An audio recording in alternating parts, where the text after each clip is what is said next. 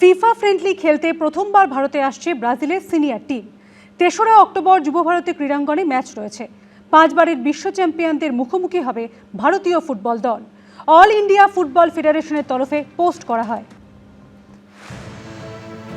FIFA friendly খেলতে প্রথমবার ভারতে আসছে ব্রাজিলের সিনিয়র টিম। ৩রা অক্টোবর যুব ভারতী ক্রীড়াঙ্গনে ম্যাচ রয়েছে। ইতিহাসের সাক্ষী হতে চলেছে কলকাতা এবং সল্টলেক স্টেডিয়ামে পুজোর আগে ৩রা অক্টোবর ব্রাজিলের বিরুদ্ধে men in blue Indian team খেলবে। তো এর থেকে সুখবর কি হতে পারে। ধন্যবাদ জানাই এআইএফএফকে তাদের উদ্যোগে, যাতে আমরা এই ব্রাজিলের বিরুদ্ধে এই ম্যাচটা, কারণ বিশ্বকাপে আমরা দেখছিলাম যে আমরা অন্যান্য দেশের হয়ে আমাদের সবাই ফ্যানরা বিভক্ত হচ্ছিলাম, চিয়ার করছিলাম, কেউ ব্রাজিলের জন্য, কেউ আর্জেন্টিনার জন্য, কেউ স্পেনের জন্য, কেউ পর্তুগালের জন্য। কিন্তু আমাদের সকলের স্বপ্ন যে আমরা সকলে একসাথে মিলে মেন ইন ব্লুদের জন্য আমরা চিয়ার করব।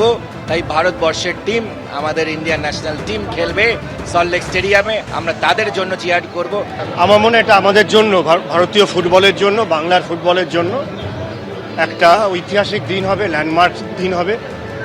রাজ্য সরকারের সহযোগিতায় আমরা ম্যাচটা ভালোভাবে করতে পারি, এটাই আমাদের চেষ্টা। এবং আমাদের জাতীয় দল ভালো খেলুক, ভালো টিমের বিরুদ্ধে খেলুক, যাতে তাদের উন্নতি হয়, এই চেষ্টা নিয়ে আমরা এগোবো। আমরা এর আগে দর্শক ছিলাম, এবার খেলোয়াড় হব।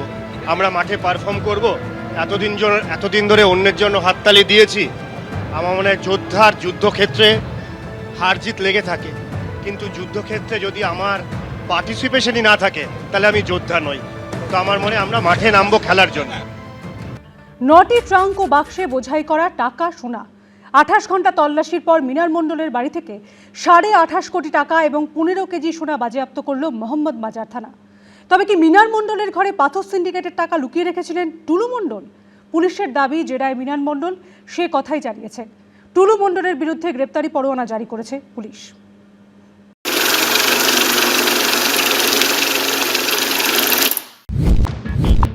টুলু মণ্ডল বৃহস্পতিবারের আগে পর্যন্ত পশ্চিমবঙ্গের কজন তার নাম জানতেন সন্দেহ আছে, কিন্তু কোটি কোটি টাকা ও কেজি কেজি সোনা উদ্ধারের পর এখন খবরের শিরোনাম থেকে চায়ের দোকানের আড্ডা সবার মুখে মুখে ঘুরছে তার নাম। বিশাল বাড়ি,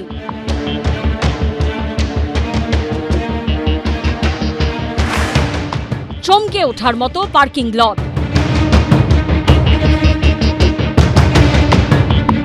সবচেয়ে বড় প্রশ্ন হলো টুলু এত টাকা করলেন কোথা থেকে? বীরভূমের বেতাজ বাদশার মাথায় কার কার হাত ছিল? তৃণমূল করবে, তার ঘর থেকে সোনা বেরোবে না, তার ঘর থেকে টাকা বেরোবে না, তৃণমূল করলে সব বেরোবেই। পাথর, বালি থেকে গরু, বেআইনি ব্যবসার এই সাম্রাজ্য টুলু খেতে বসেছিলেন কিভাবে? কার প্রশ্রয়? পরিবর্তে কার কার কাছে প্রণামী পাঠাতেন তিনি? এই যারা আজকে ভালো তৃণমূল হয়ে গেছে, যারা যিনি আজকে এনডিএ শরিক হয়ে গেছেন, তাদেরকে অ্যারেস্ট করা হবে কিনা।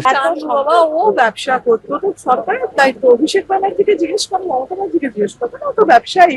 কারি কারি টাকা আর সোনা উদ্ধার হয়েছে মিনার মণ্ডলের বাড়ি থেকে, যিনি টুলু মণ্ডলের আত্মীয়। এই টাকা, সোনার পাহাড়, পাথর ও বালির বেআইনি ব্যবসা থেকে টুলু মণ্ডলই মজুত করেছেন বলে অভিযোগ।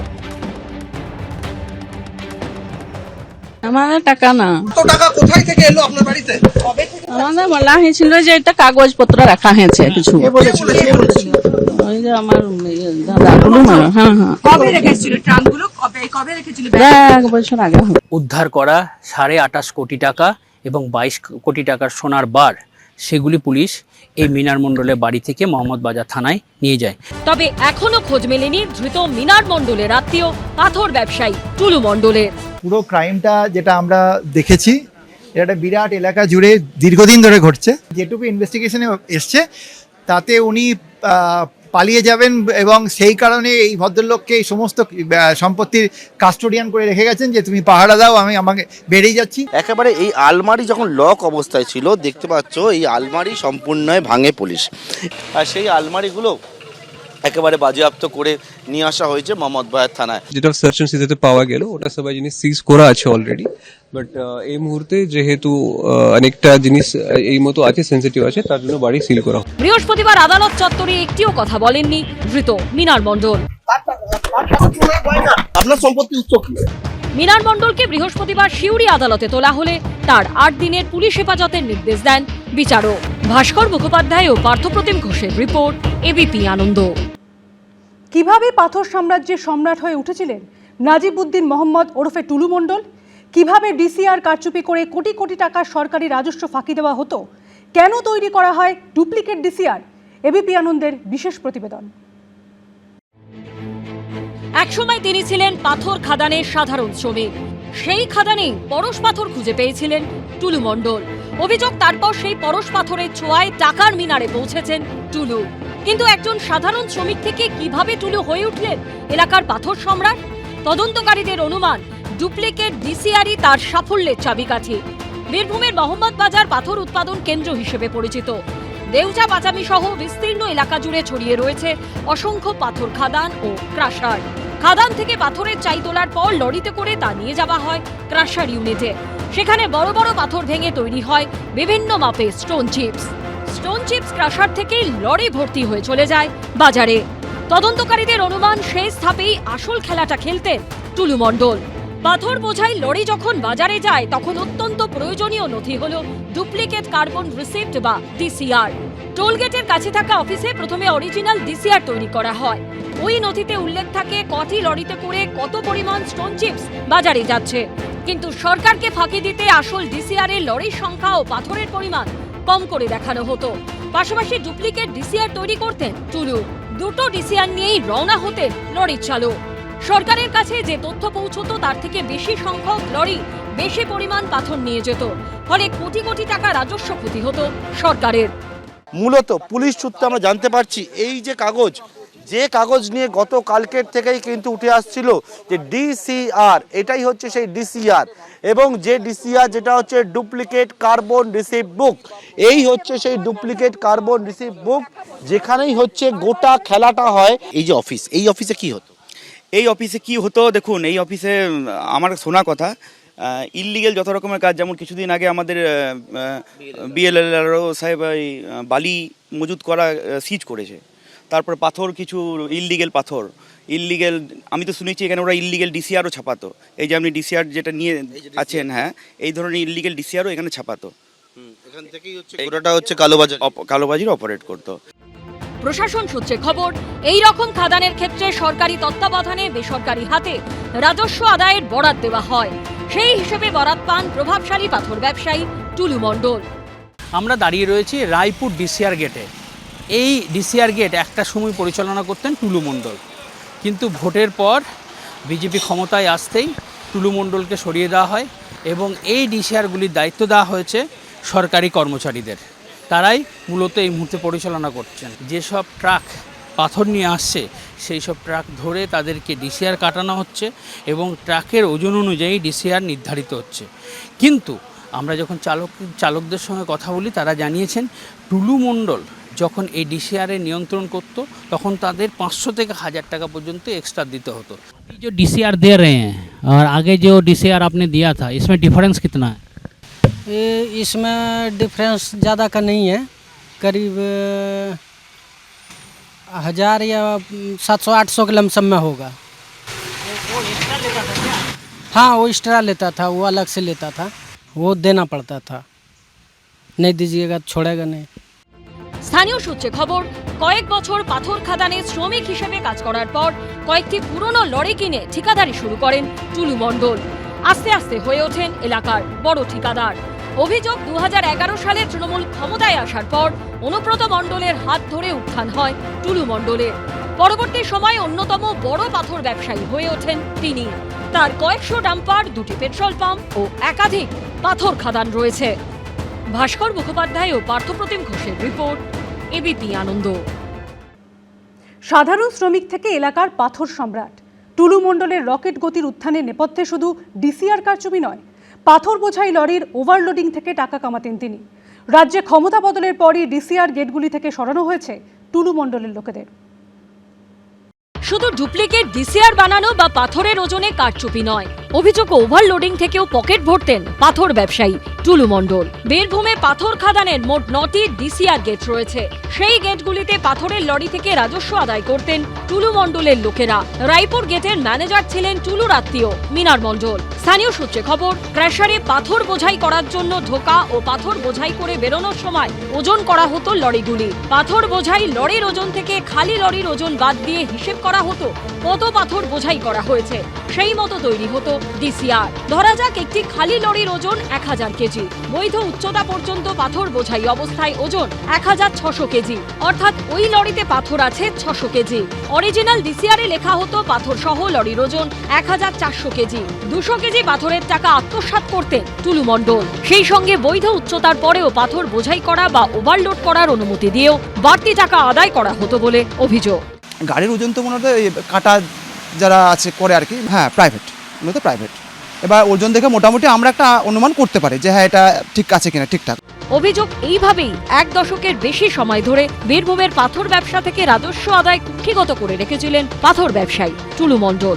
প্রশাসন সূত্রে খবর, প্রতিদিন 2000 থেকে 2500 পাথর বোঝাই লরি বেরোয় বীরভূম থেকে। এই সংখ্যা থেকে সহজেই অনুমান করা যায় দুর্নীতির অঙ্ক।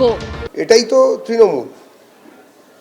পশ্চিমবঙ্গের জল, জমি, জঙ্গল, প্রাকৃতিক সমস্ত সম্পদ লুট করার দায়িত্বে যারা ছিল তাদের মধ্যে এই শেখ নাসিমউদ্দিন ওরফে টুলু মণ্ডল, প্রশাসন, তৃণমূলের একাংশ, দুষ্কৃতী, এরা সব মিলেমিশে এক হয়ে গিয়েছিল। যে পাথরের রাজস্ব থেকে 7 কোটি টাকা উঠতো, সেখান থেকে মাসে 22 কোটি টাকার বেশি উঠছে।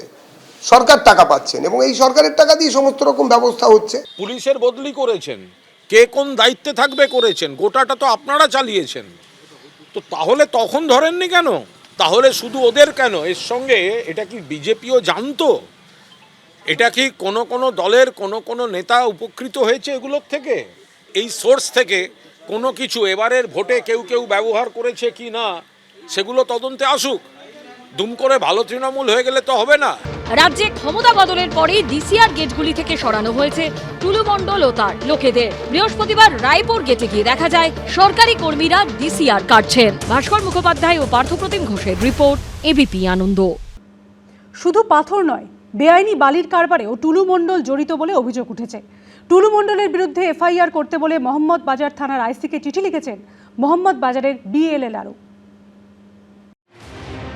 শুধু পাথর কিংবা গরু পাচার নয়, বেআইনি বালির কারবারেও টুলু মণ্ডল জড়িত বলে অভিযোগ। চলতি বছরের 6 জুলাই টুলু মণ্ডলের বিরুদ্ধে এফআইআর করতে বলে মোহাম্মদ বাজার থানার আইসিকে চিঠি লিখেছেন মোহাম্মদ বাজারের বিএলএলআরও। চিঠিতে অভিযোগ করা হচ্ছে রাস্তার ধারে বিপুল পরিমাণে বালি মজুত করেছে নিজামুদ্দিন মণ্ডল ওরফে টুলু। টুলু মণ্ডল অ্যান্ড কোম্পানির বিরুদ্ধে একের পর এক অভিযোগ, সেই অভিযোগের পাহাড় জমা হতে শুরু করেছে।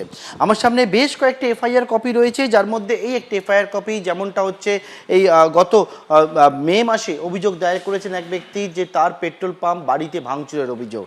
আমার কাছে এই আরও একটি এফআইআর কপি, যেটা হচ্ছে দেখা যাচ্ছে 1 জুন একজন অভিযোগ করেছেন এবং তার হচ্ছে বাড়ি ভাঙচুরের অভিযোগ।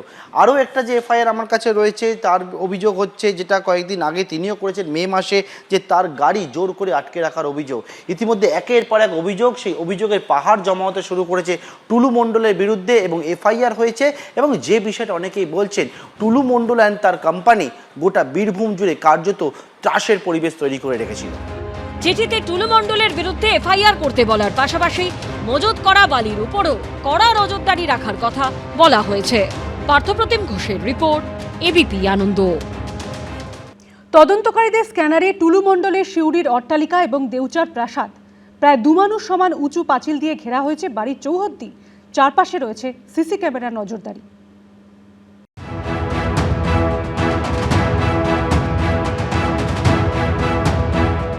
বিঘে খানেক জমির ওপর আলিশান প্রাসাদ, সাজানো গোছানো সবুজ লন। এই ছবি বীরভূমের পাথর সাম্রাজ্যের বেতাজ বাদশা টুলু মণ্ডলের, যার খোঁজে এখন হন্যে হয়ে ঘুরছে পুলিশ। টুলু মণ্ডলের কোনো হদিশ নেই। একটা বাড়ির সামনে দাঁড়িয়ে রয়েছে, এরকম একাধিক বাড়ি কিন্তু টুলু মণ্ডলে রয়েছে।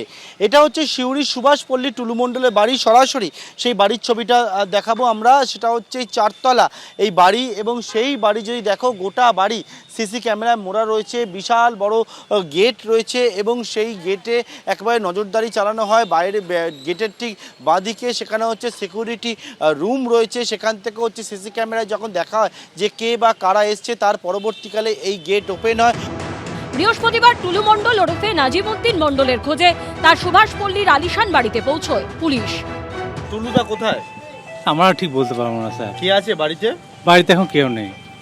আপনারা কে হন? আমরা এখানকার কর্মচারী। এখানকার কর্মচারী আমরা। আমি মণ্ডল সাহেবের বাড়িতে কাজ করি। হ্যাঁ হ্যাঁ হ্যাঁ। এই বাগান রয়েছে, বাগানের পাশে এখানে গাড়ি, ওখানে গাড়ি রাখার জায়গা, সেই দুটো শাটার নামানো রয়েছে, এখানে দামি গাড়ি থাকে এবং একদম পুরো একটা যে সম্ভ্রান্ত যে লোক বা যার পয়সা প্রচুর রয়েছে সেই পয়সারই প্রতিফলন হয়েছে তার বাড়িতেও রয়েছে। সিউড়ির এই বাড়ির পাশাপাশি বীরভূমের দেউচাতেই টুলু মণ্ডলের আরও একটি বাড়ির হদিশ মিলেছে, যেখানে দেখা যাচ্ছে প্রায় 2 মানুষ সমান উঁচু পাঁচিল দিয়ে ঘেরা হয়েছে এই বাড়ির চৌহদ্দি। সিউড়ির বাড়ির মতো এটারও চারপাশে রয়েছে সিসি ক্যামেরার নজরদারি। কিন্তু কিভাবে এত প্রভাবশালী হয়ে উঠলেন টুলু মণ্ডল? কি করে এই বিশাল সম্পত্তির মালিক হয়ে উঠলেন? স্থানীয় সূত্রে দাবি 2011 সালে তৃণমূল ক্ষমতায় আসতে রকেট গতিতে উত্থান হয় টুলু মণ্ডলের। বীরভূমে প্রভাবশালী তৃণমূল নেতাদের ধরে পাথর ব্যবসায় ঢোকেন তিনি। পরে একের পর এক পাথর খাদান কিনে কার্যত লালমাটির জেলায় সাম্রাজ্য গড়ে তোলেন টুলু মণ্ডল। কত টাকা মানুষের লুট হয়েছে, এই টাকাগুলো তো আর টুলু মণ্ডলের নিজস্ব নয়। এগুলো পাথর চুরি করে টাকা, বালি চুরি টাকা, কয়লা চুরি, আর কি কি চুরি উনি করেছেন সেটা উনি এবং ওখানকার লোকজন জানেন। কিন্তু এটা সরকারের ট্রেজারিতে আসার কথা ছিল। এই টাকার যে ট্যাক্স সেটা সরকারে আসার কথা ছিল, কিন্তু আগের সরকার ট্যাক্স নিয়ে কোনোদিন চিন্তা করেনি। এই টাকাগুলো তাদের নিজস্ব পার্টির ফান্ডে গেছে। টুলু মণ্ডলের এখনো কোনো খোঁজ নেই, কিন্তু তার মধ্যেই আরেক কাণ্ড। তার বাগান বাড়ি থেকে এবার ফাইল সরানোর চেষ্টার অভিযোগ উঠল। সিউড়ি থানার জীবধরপুর গ্রামে সেখানে টুলু মণ্ডলের একটি ফার্ম ছিল এবং সেই ফার্ম থেকেই একটি গাড়ি করে সেই ফার্মে থাকা প্রচুর ফাইলপত্র সেগুলো সরিয়ে নিয়ে যাওয়া হচ্ছিল। এই মুহূর্তে আমরা দেখতে পাচ্ছি সেই গাড়ি। পুলিশ সূত্রে দাবি টুলু মণ্ডলের বাগান বাড়ি থেকে গুরুত্বপূর্ণ কিছু নথি পাচারের চেষ্টার সময় হাতে নাতে গ্রেপ্তার করা হয়েছে গাড়ির চালক সহ 2 জনকে। ভাস্কর মুখোপাধ্যায় ও পার্থপ্রতিম ঘোষের রিপোর্ট, এবিপি আনন্দ। এবিপি আনন্দ, এগিয়ে থাকে, এগিয়ে রাখে।